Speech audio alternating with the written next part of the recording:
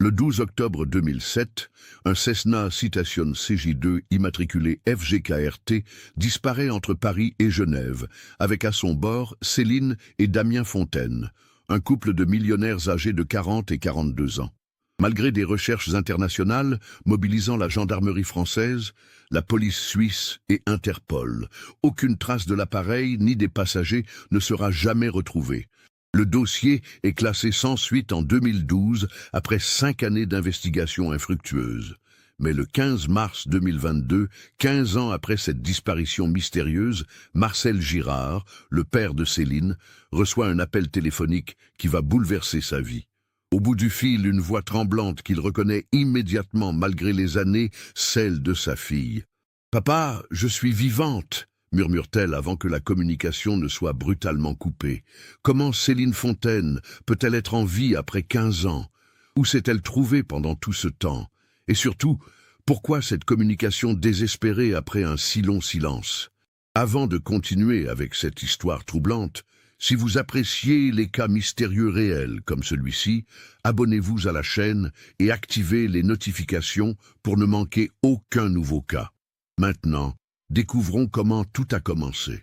Pour comprendre la portée de cette disparition, il faut d'abord connaître les protagonistes de cette histoire. Céline Fontaine, née Girard en 1967, était l'héritière d'une fortune familiale construite dans l'industrie textile lyonnaise. Son père Marcel avait bâti l'empire Girard Textile au cours des années 1970 et 1980. Devenant l'un des principaux fournisseurs de tissus techniques pour l'automobile européenne. La famille possédait plusieurs propriétés dans la région Rhône-Alpes, notamment un château du XVIIIe siècle à Charbonnières-les-Bains, dans la banlieue huppée de Lyon. Céline avait épousé Damien Fontaine en 1988, un entrepreneur brillant qui avait fait fortune dans l'immobilier de prestige. Diplômé de l'ESCP Europe, Damien dirigeait Fontaine Développement, une société spécialisée dans la construction de résidences de luxe sur la Côte d'Azur et dans les Alpes.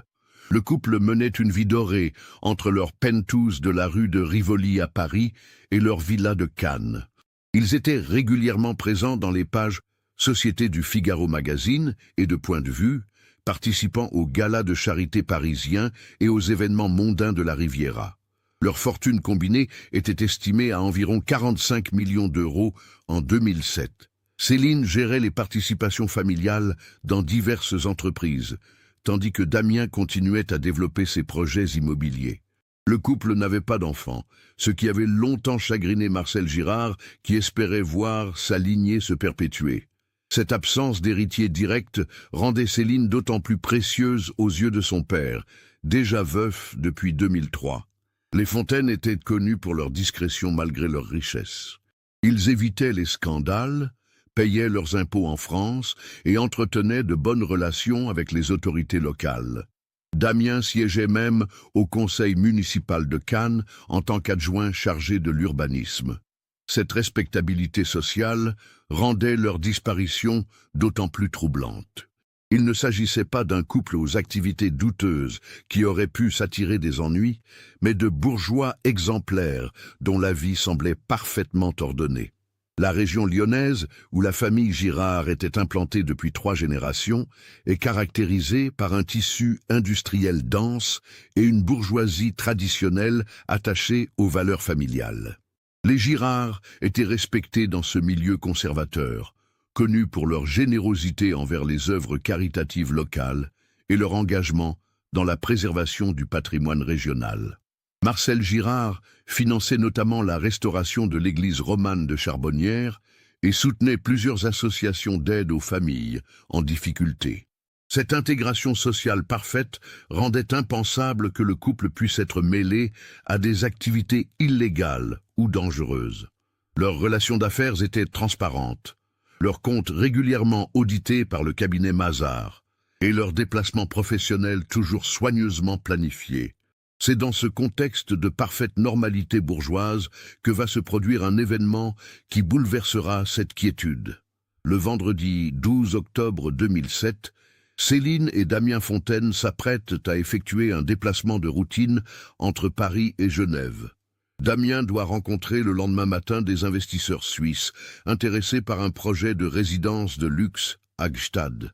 Céline l'accompagne pour visiter une exposition d'art contemporain au Musée d'art moderne et contemporain de Genève, sa passion depuis l'adolescence. Le couple a l'habitude de ces voyages d'affaires mêlés de plaisirs culturels. Ils décollent de l'aéroport du Bourget à 14h30 précise, à bord de leur Cessna Citation CJ2, un biréacteur d'affaires qu'ils ont acquis en 2005. L'appareil, piloté par Claude Mercier, un pilote expérimenté de 54 ans employé par la société de transport aérien privé Jet Service France, doit les conduire à l'aéroport de Genève-Cointrin en 1h30 de vol. Les conditions météorologiques sont correctes au départ. Visibilité 8 km, vent faible, quelques nuages épars à 2000 mètres. Le plan de vol déposé auprès des services de navigation aérienne prévoit une route directe Paris-Genève, avec passage au-dessus de Troyes, Dijon, puis survol du Jura, avant l'approche sur Genève. Claude Mercier, fort de ses 8000 heures de vol et de sa parfaite connaissance de cette liaison qu'il effectue régulièrement, ne manifeste aucune inquiétude particulière. L'appareil a passé sa visite technique obligatoire 3 semaines plus tôt sans aucune anomalie signalée. À 15h45, alors que l'avion survole la région de Dole dans le Jura, le pilote établit son dernier contact radio avec le centre de contrôle de Reims. Reims Control, ici Foxtrot Golf Kilo Romeo Tango, niveau de vol 280, estimons Genève à 16h15. Annonce Claude Mercier d'une voix parfaitement calme. Le contrôleur aérien confirme la réception et autorise la poursuite du vol vers Genève. C'est le dernier message que quiconque recevra jamais de l'équipage.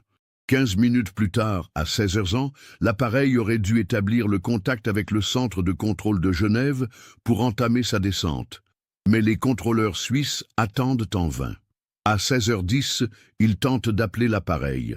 Foxtrot Golf Kilo Romeo Tango, ici Genève approche, répondez. Silence radio total.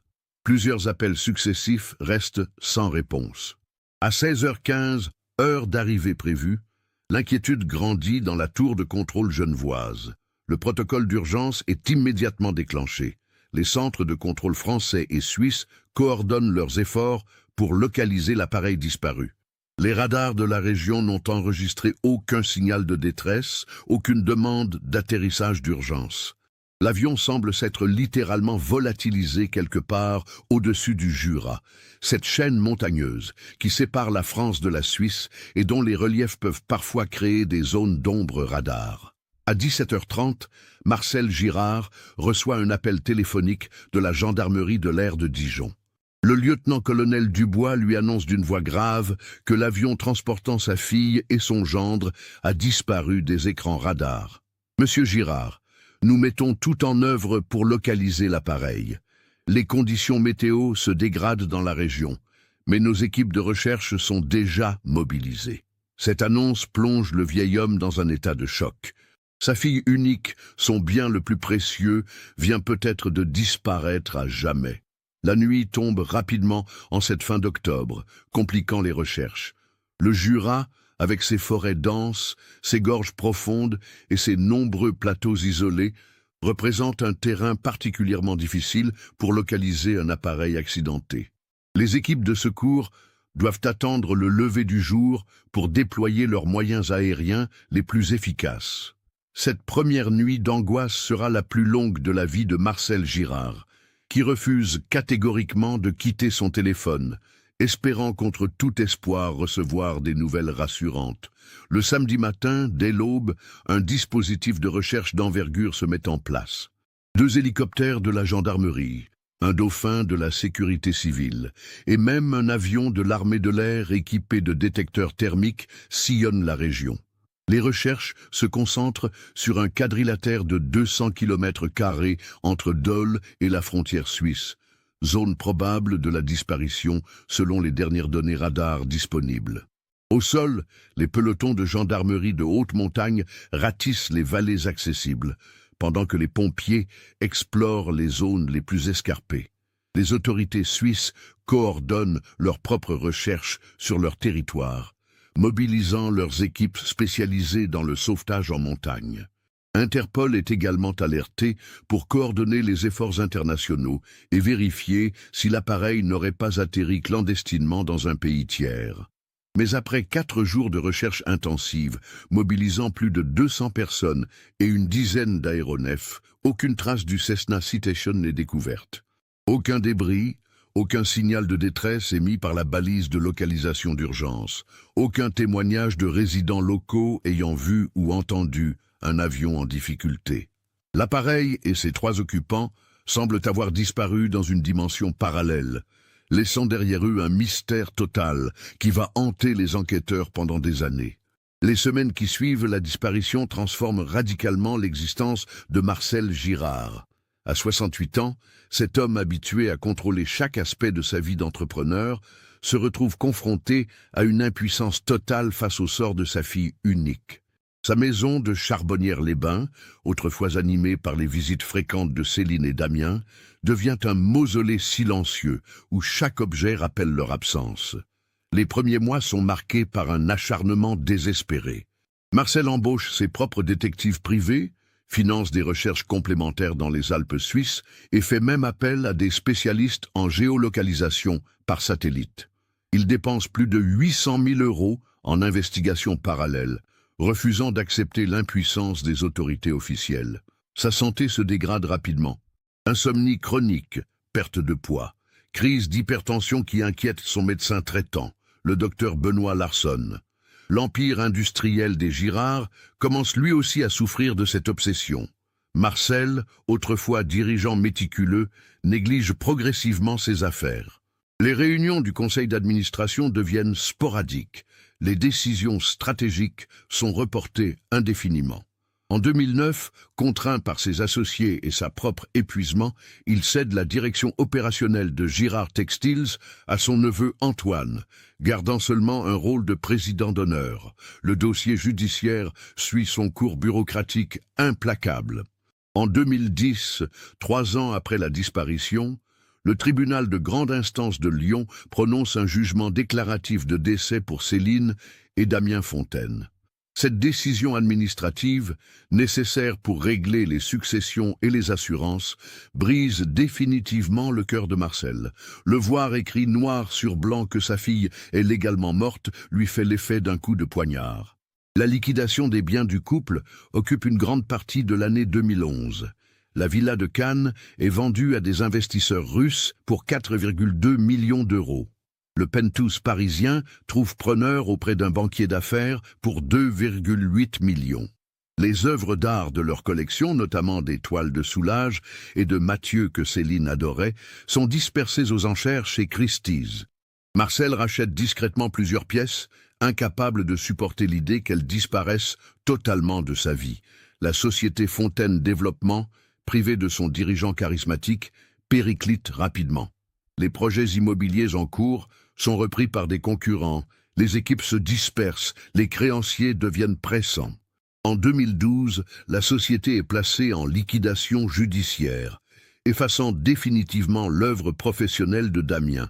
Cette débâcle financière ajoute une dimension tragique supplémentaire à leur disparition.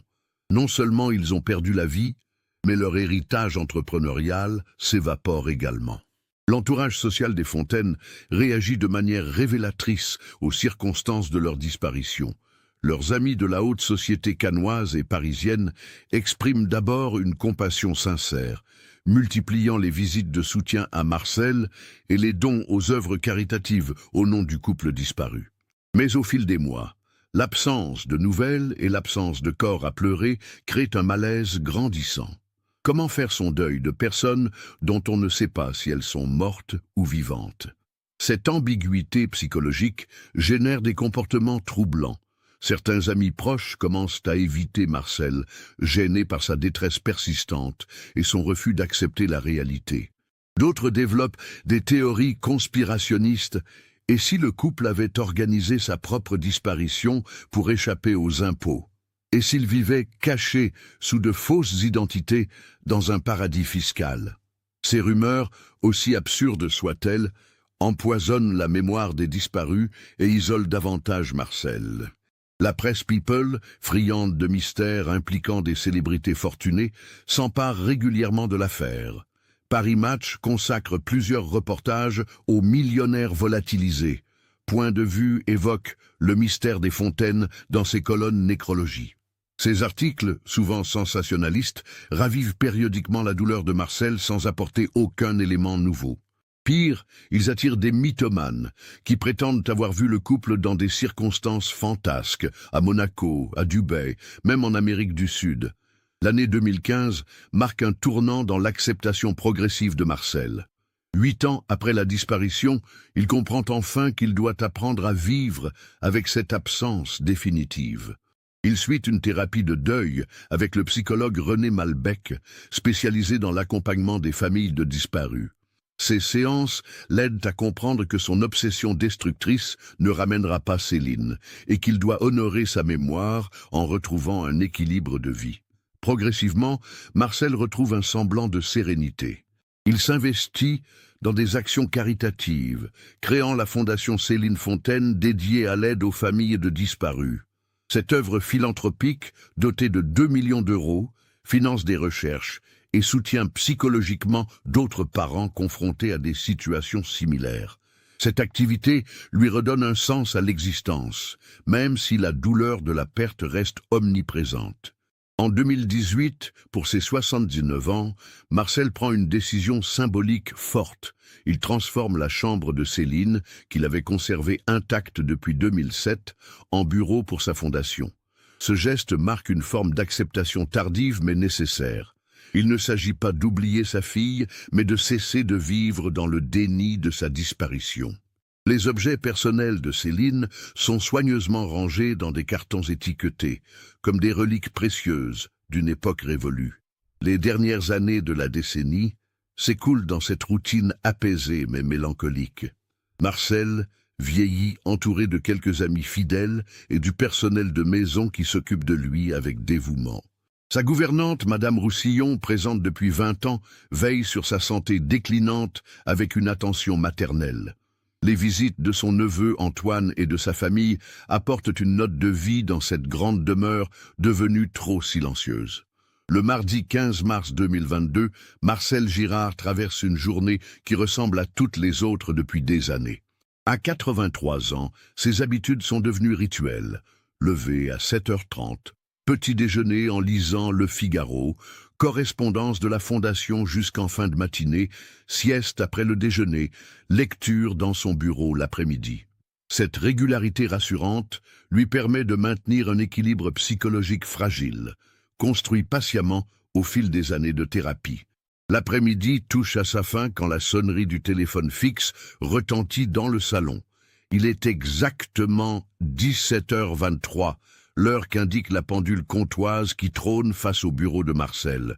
Madame Roussillon étant partie faire les courses au supermarché local, le vieil homme se lève péniblement de son fauteuil pour répondre. Ses gestes sont lents, ses articulations douloureuses, après tant d'années de chagrin qui ont accéléré son vieillissement. « Allô, résidence Girard !» annonce-t-il de sa voix devenue chevrotante avec l'âge. Au bout du fil, d'abord, rien. Un silence étrange, ponctué seulement par un léger grésillement qui suggère une communication lointaine ou de mauvaise qualité. Marcel s'apprête à raccrocher, pensant à un démarchage commercial ou à un faux numéro, quand il entend un souffle, puis une respiration hésitante. « Papa !» Le mot tombe comme une bombe dans le silence du salon. Cette voix, Marcel la reconnaîtrait entre mille, même après 15 ans de silence. C'est celle de Céline, sa fille, mais changée, vieillie, marquée par une émotion intense qui la rend presque méconnaissable. « Papa, je suis vivante !» ajoute-t-elle dans un murmure à peine audible, comme si elle craignait d'être entendue par quelqu'un d'autre. Le choc est si violent que Marcel manque de lâcher le combiné. Son cœur s'emballe, ses jambes flagellent, sa vision se trouble. Est-ce un rêve? Une hallucination? Le fantôme de sa fille qui lui rend visite? Pendant quelques secondes interminables, il reste muet, incapable de formuler la moindre parole. La réalité de cette voix qu'il n'espérait plus jamais entendre bouleverse 15 années d'acceptation laborieuse de son deuil. Céline, Céline, c'est vraiment toi? Parvient-il enfin à articuler, la voix brisée par l'émotion. Ma chérie, où es-tu? Que t'est-il arrivé? Je t'ai cherché partout pendant des années. Les questions se bousculent dans sa tête. 15 ans d'interrogations qui remontent à la surface comme un torrent impossible à contenir. Mais au bout du fil, sa fille semble en proie à une panique grandissante. « Papa, je ne peux pas parler longtemps, » dit-elle d'une voix de plus en plus pressée. « Ils ne savent pas que j'appelle. Je suis dans un hôpital, je crois. Il y a des barreaux aux fenêtres. Papa, ils nous ont gardés. Ils nous gardent encore. » La communication devient de plus en plus hachée. Des parasites perturbent l'échange. Marcel entend des bruits de fond inquiétants. Des pas qui se rapprochent, une porte qui claque, des voix autoritaires qui semblent donner des ordres. « Céline, ne raccroche pas! Dis-moi où tu es !» crie Marcel dans le combiné, désespéré de voir cette miraculeuse communication lui échapper. « Je vais venir te chercher, dis-moi juste où tu te trouves !» Mais la voix de sa fille devient de plus en plus lointaine, comme si on l'éloignait de force du téléphone. « Papa, je t'aime, ne m'oublie pas », sont les derniers mots qu'il parvient à distinguer avant qu'un bruit sec n'indique que la ligne a été coupée. Marcel reste plusieurs minutes debout dans son salon, le combiné à la main, composant frénétiquement le rappel automatique. Mais le numéro est masqué et ses tentatives restent vaines. Lentement, la réalité de ce qui vient de se passer s'impose à lui. Sa fille est vivante. Quelque part, dans des circonstances qu'il n'ose imaginer, Céline a survécu à cette disparition qui l'obsède depuis 15 ans, mais elle est retenue contre son gré, dans des conditions qui semblent épouvantables. Le vieil homme s'effondre dans son fauteuil, submergé par un mélange de joie indicible et de terreur absolue. La joie de savoir sa fille en vie, mais la terreur de comprendre qu'elle souffre probablement le martyre depuis tout ce temps. Ses mains tremblent de manière incontrôlable, son souffle devient court, des douleurs thoraciques lui serrent la poitrine. L'émotion est si intense qu'elle menace de provoquer un malaise cardiaque. Quand Madame Roussillon rentre de ses courses 1 heure plus tard, elle trouve Marcel dans un état de détresse extrême. Il lui raconte l'appel de manière décousue, mélangeant les détails réels et ses propres interprétations. La gouvernante, femme pragmatique de 65 ans qui connaît bien les fragilités psychologiques de son patron, hésite entre le prendre au sérieux et y voir les symptômes d'une hallucination due à l'âge et au chagrin. « Monsieur Marcel, vous êtes sûr que ce n'était pas un rêve? Ou peut-être quelqu'un qui se moquait de vous ?» suggère-t-elle avec précaution. Mais Marcel, malgré ses 83 ans et sa santé déclinante, reste catégorique. Cette voix était bien celle de sa fille. 15 ans de séparation n'ont pas effacé de sa mémoire les intonations particulières de Céline, sa manière unique de prononcer le mot « papa », les inflexions de sa voix quand elle était enfant et l'appelait ainsi. Le lendemain matin, Marcel prend la décision de contacter les autorités. Il téléphone à la gendarmerie de Lyon et demande à parler au capitaine Laurent Vidal, l'enquêteur qui avait supervisé les recherches en 2007 et qui, malgré sa retraite prise en 2019, avait gardé un contact épisodique avec la famille. Vidal, aujourd'hui âgé de 62 ans, écoute attentivement le récit de Marcel, prenant des notes détaillées sur les circonstances de l'appel. L'enquête reprend donc officieusement grâce à la détermination du capitaine Vidal, qui contacte ses anciens collègues encore en service. Le lieutenant Sarah Moreau, de la brigade criminelle de Lyon, accepte de rouvrir discrètement le dossier Fontaine.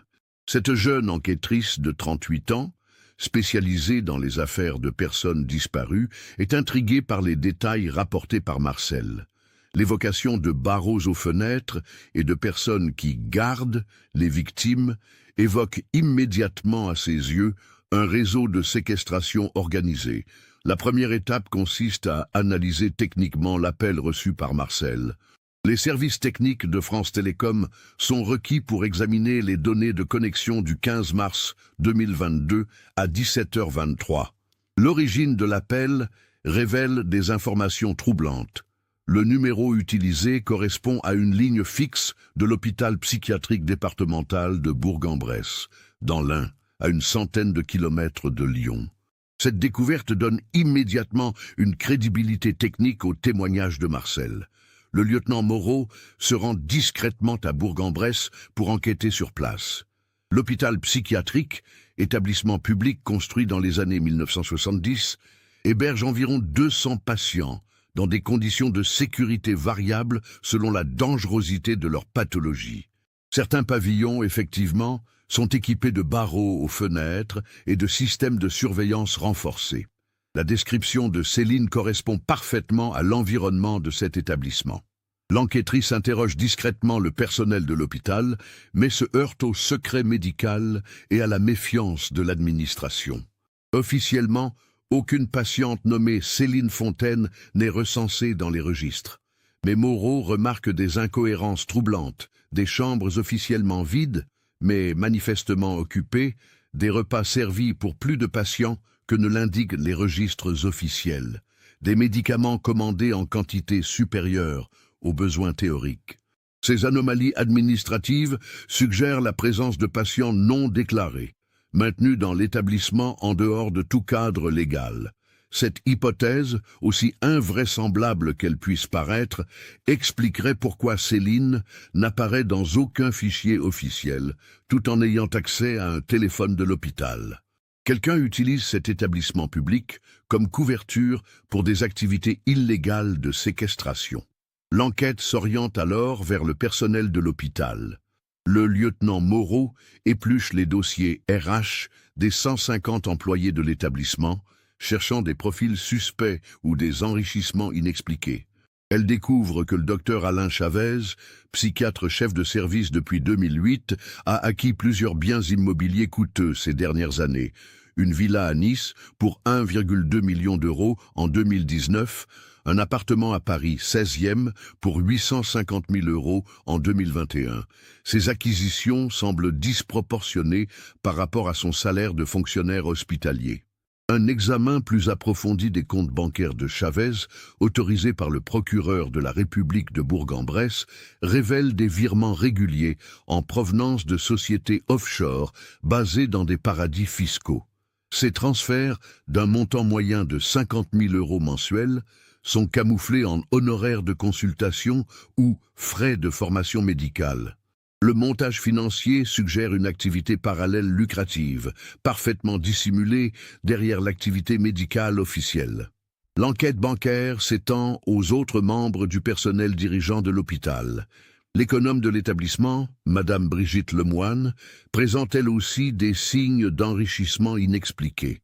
Nouveaux véhicules de luxe, travaux importants dans sa résidence privée, voyages fréquents dans des destinations coûteuses. Ces dépenses, financées par des retraits d'espèces importants, suggèrent qu'elle perçoit des revenus non déclarés. La surveillance discrète mise en place autour de l'hôpital révèle des mouvements suspects. Des véhicules aux vitres teintées se présentent régulièrement à l'entrée de service, en dehors des heures normales de visite. Ces voitures, immatriculées dans différents départements français, mais aussi en Suisse et au Luxembourg, déchargent parfois des personnes qui ne ressemblent pas aux patients habituels d'un établissement psychiatrique. Hommes et femmes bien habillés, manifestement fortunés, mais qui semblent contraints et accompagnés par des infirmiers imposants. Le lieutenant Moreau décide de faire appel au service de renseignement pour identifier ces véhicules suspects. L'analyse des plaques minéralogiques révèle que plusieurs appartiennent à des sociétés de transport spécialisées dans le transfert médical discret de patients fortunés. Ces entreprises, basées dans des pays aux législations permissives, proposent officiellement des services de rapatriement sanitaire pour des personnalités souhaitant préserver leur anonymat lors de soins médicaux. Cette découverte fait basculer l'enquête vers une dimension internationale. Le réseau semble utiliser l'hôpital psychiatrique de Bourg-en-Bresse comme plaque tournante d'un trafic d'êtres humains d'un genre particulier. La séquestration de personnes fortunées, maintenues en vie, pour être dépouillées progressivement de leurs biens. Cette pratique, connue sous le nom de milking dans le jargon criminel, consiste à garder les victimes captives pendant des années pour vider méthodiquement leurs comptes bancaires. l'analyse des transferts financiers internationaux liés aux sociétés identifiées révèle l'ampleur du réseau. Des dizaines de millions d'euros transitent chaque année entre la France, la Suisse, le Luxembourg et des paradis fiscaux des Caraïbes. Ces sommes, officiellement destinées à financer des soins médicaux spécialisés, servent en réalité à blanchir l'argent extorqué aux victimes séquestrées. Le système est d'une sophistication redoutable, utilisant la complexité des réglementations médicales internationales pour masquer ses véritables activités. Le 2 avril 2022, soit 3 semaines après l'appel de Céline, Marcel Girard reçoit un second contact de sa fille. Cette fois, l'appel ne dure que quelques secondes. « Papa, il nous déplace. Je ne sais pas où. Dis aux gendarmes. » Avant que la communication ne soit brutalement interrompue. Cette nouvelle tentative de contact confirme que Céline est bien vivante, mais aussi que ses ravisseurs sont conscients des risques et renforce leur surveillance. Cette seconde communication provient cette fois d'un numéro suisse, localisé dans la région de Genève. Le réseau semble avoir déplacé ses patients vers la Suisse, probablement dans une clinique privée offrant les mêmes possibilités de discrétion que l'hôpital français. Cette mobilité géographique complique considérablement l'enquête, qui doit désormais coordonner les efforts de plusieurs pays aux systèmes judiciaires différents. Le lieutenant Moreau prend contact avec Interpol pour signaler l'affaire et demander la coopération des autorités suisses. L'enquête révèle l'existence de plusieurs cliniques privées dans la région genevoise, spécialisées dans l'accueil de patients discrets, fortunés. Ces établissements, officiellement dédiés aux cures de désintoxication et aux soins psychiatriques de luxe, pourraient servir de couverture à des activités de séquestration similaires à celles découvertes en France. Le 18 avril 2022, un mois après la première communication de Céline, l'enquête internationale coordonnée par Interpol identifie la clinique Bellevue, un établissement privé situé à Cologny, dans la banlieue huppée de Genève.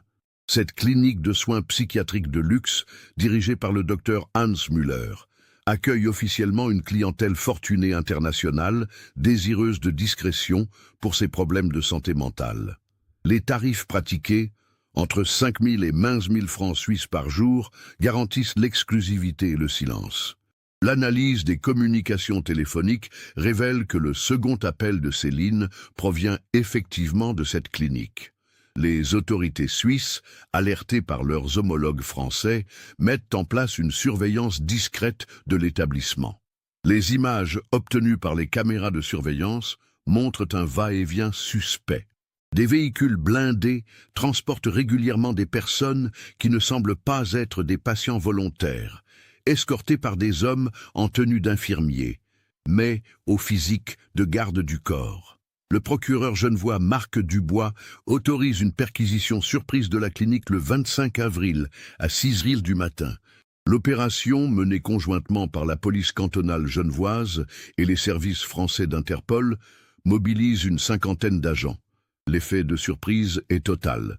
Le personnel de nuit, moins nombreux et moins préparé que l'équipe de jour, ne peut organiser de résistance efficace ni faire disparaître les preuves compromettantes. Les enquêteurs découvrent immédiatement des anomalies criantes dans l'organisation de la clinique. Le sous-sol, officiellement destiné aux équipements techniques, abrite en réalité 12 chambres fortifiées, équipées de barreaux renforcés et de systèmes de surveillance permanente.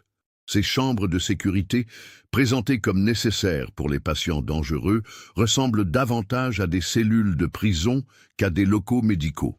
Chaque pièce est équipée d'un lit médicalisé, d'une table de travail avec ordinateur et d'un téléphone dont l'usage est manifestement contrôlé. Dans la 3e chambre du couloir ouest, les policiers font une découverte bouleversante. Une femme de 55 ans environ, aux cheveux grisonnants et au visage marqué par des années de captivité, se trouve assise devant un ordinateur portable. Malgré les transformations dues à l'âge et aux épreuves, le lieutenant Moreau reconnaît immédiatement Céline Fontaine grâce aux photos fournies par Marcel. La femme lève vers les policiers un regard où se mélangent l'incrédulité, l'espoir et une terreur profonde. « Je suis Céline Fontaine. murmure-t-elle d'une voix brisée par l'émotion. Je suis ici depuis si longtemps. Ils nous ont dit que nos familles nous croyaient morts. Ils nous ont dit que personne ne nous chercherait jamais. Ces premiers mots, prononcés dans un français marqué par 15 années de silence forcé, confirment officiellement que la disparition de 2007 était bien un enlèvement organisé, et non un accident d'avion comme tout le monde l'avait cru. Dans la chambre voisine, les enquêteurs découvrent Damien Fontaine, lui aussi visuellement transformé par les années de captivité, mais vivant. L'homme de 57 ans présente des signes évidents de dépression chronique et de troubles psychologiques liés à la détention prolongée. Contrairement à sa femme qui a conservé une forme de lucidité combative, Damien semble avoir développé une forme de syndrome de Stockholm, exprimant même une certaine reconnaissance envers ses ravisseurs qui lui ont sauvé la vie après l'accident d'avion. Cette révélation sur l'accident d'avion bouleverse la compréhension de l'affaire. Interrogé par les enquêteurs, Damien explique de manière confuse que leur Cessna Citation a effectivement eu un problème technique au-dessus du Jura en octobre 2007. Le pilote Claude Mercier a réussi un atterrissage d'urgence dans une clairière isolée de la forêt jurassienne, mais l'appareil était trop endommagé pour redécoller. Les 3 occupants, indemnes mais perdus en pleine nature, ont été secourus par une équipe qui se présentait comme des secouristes bénévoles. Ces faux secouristes étaient en réalité des membres du réseau criminel qui surveillaient les communications aéronautiques pour identifier des cibles potentiellement intéressantes. Informés de la disparition d'un jet privé transportant des millionnaires, ils avaient organisé des recherches parallèles pour localiser les survivants avant les secours officiels. Cette stratégie leur permettait de sauver leurs futures victimes, tout en faisant croire au monde entier qu'elles avaient péri dans l'accident. Le pilote Claude Mercier, considéré comme un témoin gênant, avait été éliminé dès les premiers jours de captivité. Son corps, selon les aveux du docteur Mueller arrêté sur place, avait été incinéré dans le crématorium clandestin de la clinique. Cette révélation macabre explique pourquoi aucune trace de l'équipage n'avait jamais été retrouvée malgré les recherches intensives de 2007. Les débris de l'avion avaient été minutieusement récupérés et détruits pour effacer toute preuve de l'atterrissage forcé. L'exploration complète de la clinique révèle l'ampleur effroyable du réseau. Au total, 18 personnes sont détenues dans les sous-sols, toutes issues de familles fortunées européennes disparues dans des circonstances mystérieuses au cours des 20 dernières années. Parmi elles, Klaus Bergmann, un banquier allemand de 58 ans, officiellement mort dans un accident de voiture sur l'autoroute de Munich en 2010. Sa BMW avait été retrouvée calcinée, mais son corps jamais identifié formellement. Les enquêteurs découvrent qu'il a été maintenu captif pendant 12 ans, contraint de vider progressivement les comptes offshore qu'il gérait pour sa clientèle fortunée. Dans une autre cellule se trouve Isabella Conti, héritière de 45 ans d'un empire textile italien, officiellement décédée d'une overdose dans sa villa de Milan en 2015. Sa famille avait organisé des funérailles grandioses, inhumant un cercueil vide, tandis qu'elle était déjà détenue depuis plusieurs mois dans le réseau criminel. Ses ravisseurs avaient mis en scène sa mort après l'avoir enlevée lors d'une fausse cure de désintoxication dans une clinique suisse complice. Le couple d'industriels belges Henri et Marie Delcroix, âgés respectivement de 62 et 59 ans, complète ce sinistre tableau. Officiellement disparus en mer lors d'une croisière aux Bahamas en 2018, ils avaient en réalité été enlevés pendant une escale à Nassau par des complices qui avaient ensuite coulé leur yacht pour simuler leur noyade. Leurs corps n'ayant jamais été retrouvés, leurs héritiers avaient pu toucher les assurances-vie sans soupçonner que leurs parents étaient maintenus en captivité à des milliers de kilomètres de là. L'interrogatoire de ces victimes révèle les méthodes psychologiques raffinées utilisées par le réseau. Chaque détenu était régulièrement informé des progrès de son deuil familial. Articles de presse relatant leurs obsèques, photos de leurs proches refaisant leur vie, faux témoignages d'amis expliquant qu'ils avaient tourné la page. Cette manipulation psychologique, orchestrée par des psychiatres corrompus, visait à briser progressivement la volonté de résistance des victimes en les convainquant que toute tentative d'évasion serait inutile, puisque personne ne les cherchait plus. Le docteur Mueller, interrogé par les enquêteurs suisses, révèle une organisation criminelle d'une sophistication inouïe. Le réseau, baptisé en interne Phoenix Corporation, opérait selon une stratégie à long terme minutieusement planifiée. Les futures victimes étaient sélectionnées des mois, parfois des années à l'avance, par des équipes d'analystes financiers qui étudiaient les fortunes européennes pour identifier les cibles les plus rentables et les plus vulnérables. Ces analystes, souvent d'anciens employés de banques privées ou de cabinets de gestion de fortune, établissaient des profils détaillés.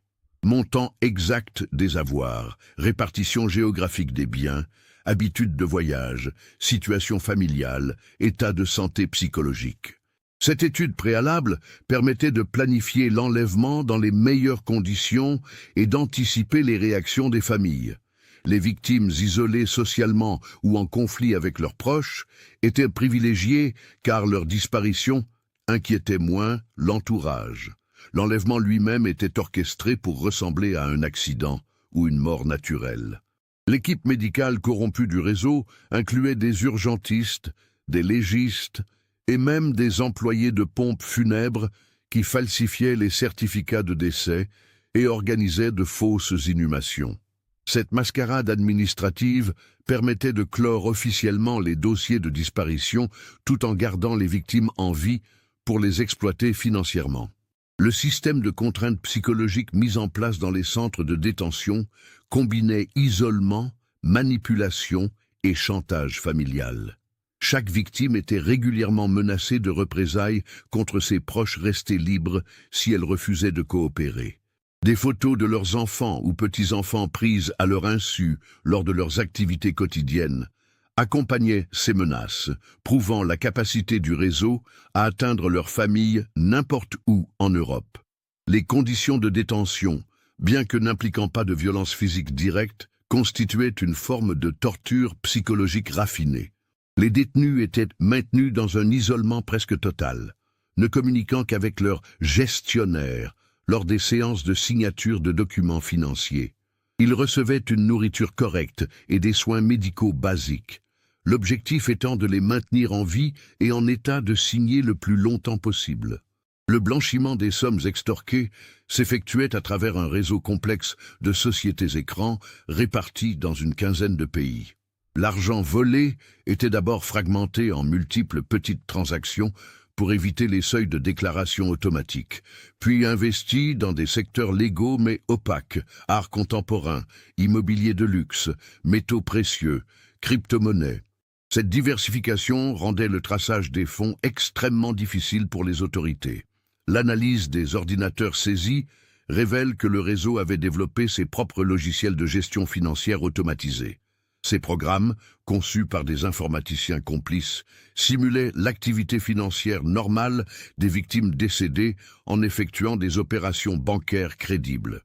Virements vers de fausses œuvres caritatives, investissements dans des projets fictifs, achats d'œuvres d'art surévaluées. Cette automatisation permettait de vider les comptes sans éveiller les soupçons des banques qui voyaient des transactions apparemment normales effectuées par les véritables titulaires des comptes. La découverte la plus troublante concerne l'existence d'un catalogue de victimes potentielles. Ce fichier, crypté sur les serveurs du réseau, contenait les profils détaillés de plus de 200 personnes fortunées européennes avec leur niveau de priorité pour un enlèvement futur, les méthodes recommandées pour leur disparition et même des simulations financières calculant le rendement prévisible de leur captivité. Cette planification industrielle de kidnapping transformait des êtres humains en simples actifs financiers à exploiter. L'enquête révèle également l'existence de complicités dans les sphères officielles. Plusieurs magistrats, policiers et fonctionnaires européens figurent sur les livres de compte du réseau, rémunérés pour ralentir certaines enquêtes ou orienter les investigations vers de fausses pistes. Ces corruptions systémiques explique pourquoi tant de disparitions de personnes fortunées avaient été classées sans suite malgré des indices troublants. Le réseau avait également infiltré le secteur des assurances-vie pour accélérer les versements aux héritiers des victimes prétendument décédées. Cette corruption permettait d'éviter les enquêtes approfondies, généralement menées par les compagnies d'assurance, avant de payer des montants importants. Les familles, recevant rapidement l'argent des polices d'assurance, étaient moins incitées à poursuivre leurs propres recherches sur les circonstances de la disparition. Klaus Bergman révèle aux enquêteurs que les détenus avaient tenté plusieurs fois d'organiser des évasions collectives, mais que la surveillance constante et les menaces contre leurs familles avaient systématiquement fait échouer ces tentatives. Ils nous avaient convaincus que nos familles nous croyaient morts et avaient refait leur vie. Ils nous montraient de faux articles de journaux, de fausses photos de nos proches, lors de cérémonies en notre mémoire. Nous pensions que notre sacrifice protégeait nos enfants, explique-t-il, la voix brisée par 15 années de manipulation psychologique. Isabella Conti décrit l'évolution de son état mental au fil des années de captivité. Les premières années, je me rebellais constamment, je refusais de signer quoi que ce soit, mais ils ont commencé à me montrer des photos de ma fille à l'université, de mes parents qui vieillissaient. Ils m'ont fait comprendre qu'un accident pouvait si vite arriver. Alors j'ai cédé petit à petit, en me disant que si je coopérais, ils laisseraient ma famille tranquille. Cette description illustre la perversité du système de contrainte qui brisait progressivement la résistance psychologique des victimes. Le couple Delcroix révèle une dimension encore plus sordide du réseau. Leurs ravisseurs organisaient parfois de fausses permissions surveillées, où les détenus étaient autorisés à appeler brièvement leur famille pour maintenir l'illusion qu'ils étaient vivants et libres.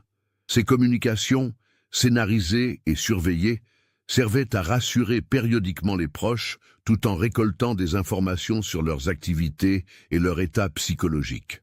L'interrogatoire des complices arrêtés révèle que le réseau préparait déjà sa succession en formant une nouvelle génération de criminels spécialisés dans ce type d'activité.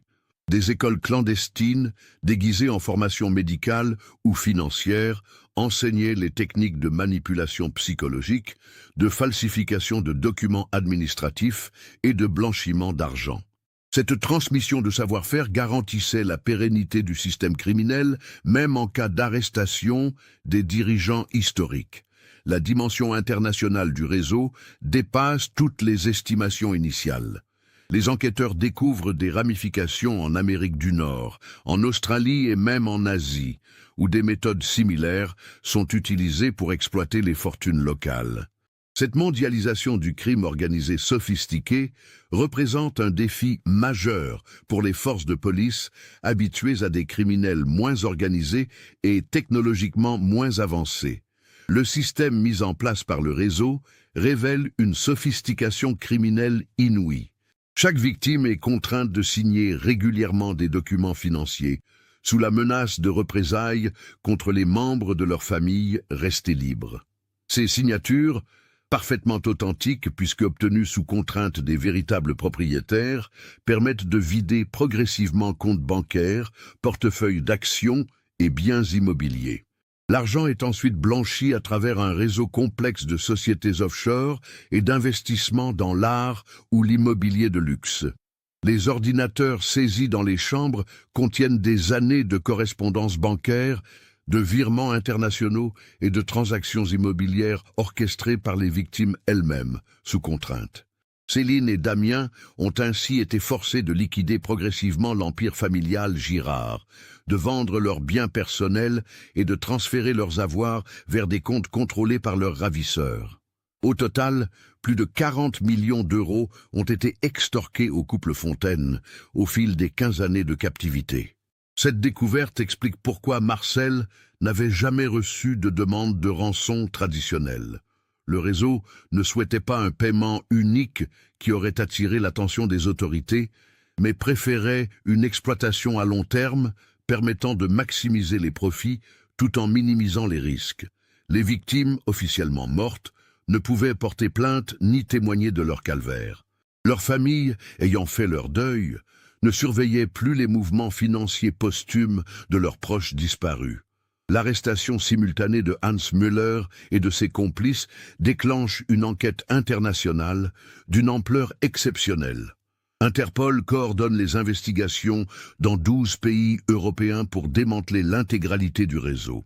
Les ramifications s'étendent jusqu'aux États-Unis et au Canada, où des filiales du groupe opéraient selon les mêmes méthodes criminelles. Au total, 47 personnes sont arrêtées, dont des médecins, des banquiers, des notaires et des agents immobiliers qui facilitaient le blanchiment des sommes extorquées. Le retour de Céline et Damien Fontaine à la vie officielle nécessite des démarches administratives complexes. Légalement décédés depuis 2010, ils doivent faire annuler leur certificat de décès, récupérer leurs identités civiles et engager des procédures pour récupérer les biens liquidés sous contrainte. Cette résurrection juridique, rarissime dans les annales du droit français, mobilise une équipe d'avocats spécialisés et nécessite l'intervention directe du garde des Sceaux pour accélérer les procédures. L'état psychologique des deux rescapés nécessite une prise en charge médicale immédiate et prolongée. 15 années de captivité, de chantage psychologique et d'isolement ont laissé des séquelles profondes.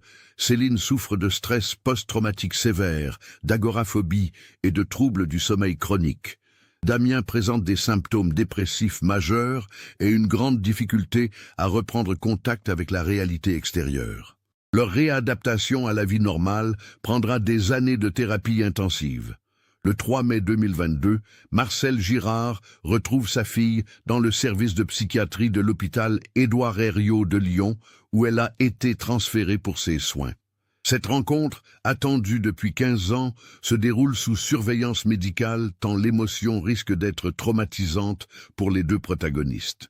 Marcel, désormais âgé de 83 ans et affaibli par les épreuves, découvre une femme de 55 ans qu'il peine à reconnaître physiquement, mais dont le regard et la voix le ramènent immédiatement à leurs souvenirs communs. « Papa, tu as tellement vieilli », sont les premiers mots de Céline en apercevant son père. « Moi aussi j'ai vieilli, ma chérie », répond Marcel en la serrant précieusement dans ses bras, comme s'il craignait qu'elle ne s'évapore à nouveau.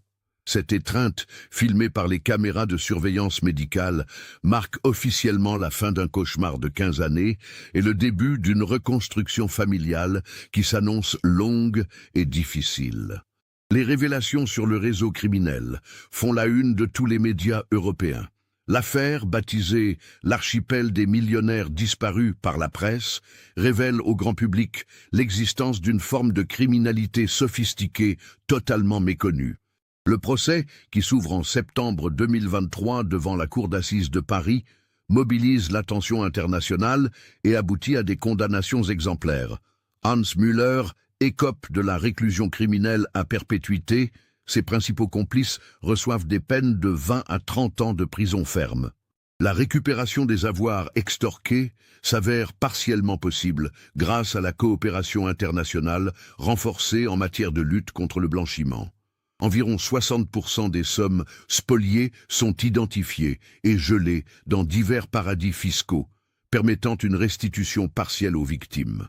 Pour Céline et Damien, cela représente près de 25 millions d'euros récupérés sur les 40 millions extorqués.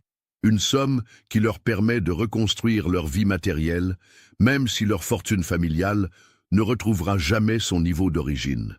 Marcel Girard transforme sa fondation Céline Fontaine en un centre international d'aide aux familles de disparus et de recherche sur les réseaux de séquestration de personnes fortunées. Cette reconversion de son œuvre philanthropique lui permet de donner un sens à la terrible épreuve traversée par sa famille. La Fondation finance désormais des recherches sur les techniques de surveillance des communications suspectes et forme les forces de police européennes à la détection de ces nouveaux types de criminalité. Céline et Damien s'installent dans une propriété discrète de la région lyonnaise, loin des médias et des curieux. Leur mariage, éprouvé par 15 années de captivité commune dans des conditions épouvantables, survit difficilement à l'épreuve de la liberté retrouvée. Les séquelles psychologiques de leur détention les affectent différemment.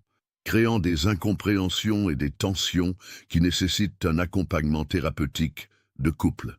Ils finissent par se séparer à l'amiable en 2024, chacun ayant besoin de reconstruire sa personnalité individuellement après tant d'années de promiscuité forcée.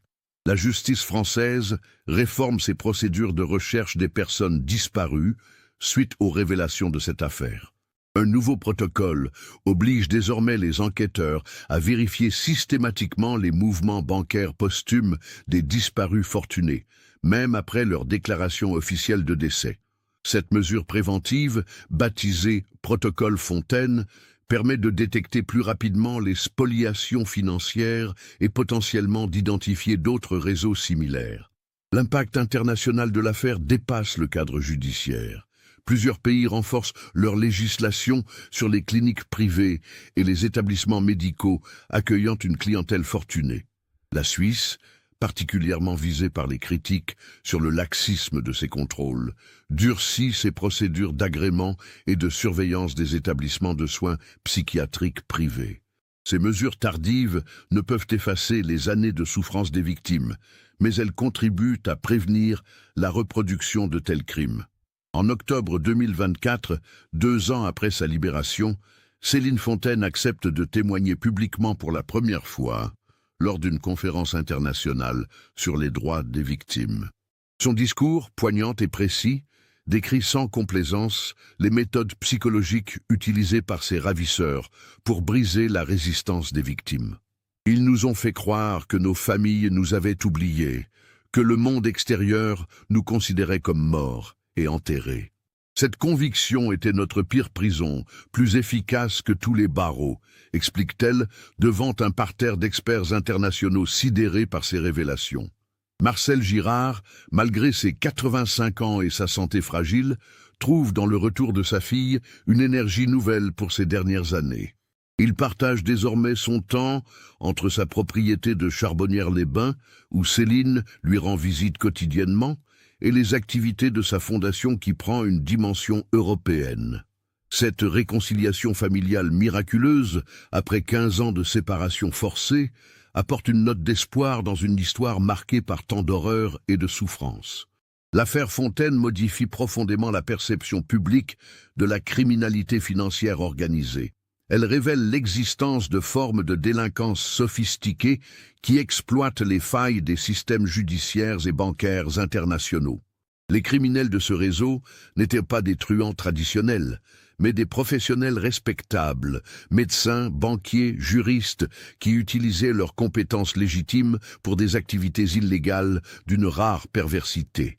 Cette affaire nous montre comment la cupidité peut pousser certains individus à des extrémités inimaginables, transformant des professionnels respectés en tortionnaires sophistiqués. Elle révèle aussi la vulnérabilité des personnes fortunées face à des réseaux criminels qui exploitent leur richesse comme une faiblesse. Le courage de Céline Fontaine, qui n'a jamais renoncé à retrouver sa liberté malgré 15 années d'emprisonnement, illustre la force de l'espoir humain face à l'adversité la plus extrême. Qu'avez-vous pensé de cette histoire bouleversante? Aviez-vous perçu les indices suggérant que le couple était maintenu en captivité plutôt que décédé dans l'accident? Partagez vos réflexions dans les commentaires. Si cette enquête approfondie vous a passionné, n'oubliez pas de vous abonner à la chaîne et d'activer les notifications pour ne manquer aucun de nos prochains cas. Laissez un like si cette histoire vous a marqué et partagez-la avec quelqu'un qui s'intéresse également à ce type d'affaires criminelles complexes.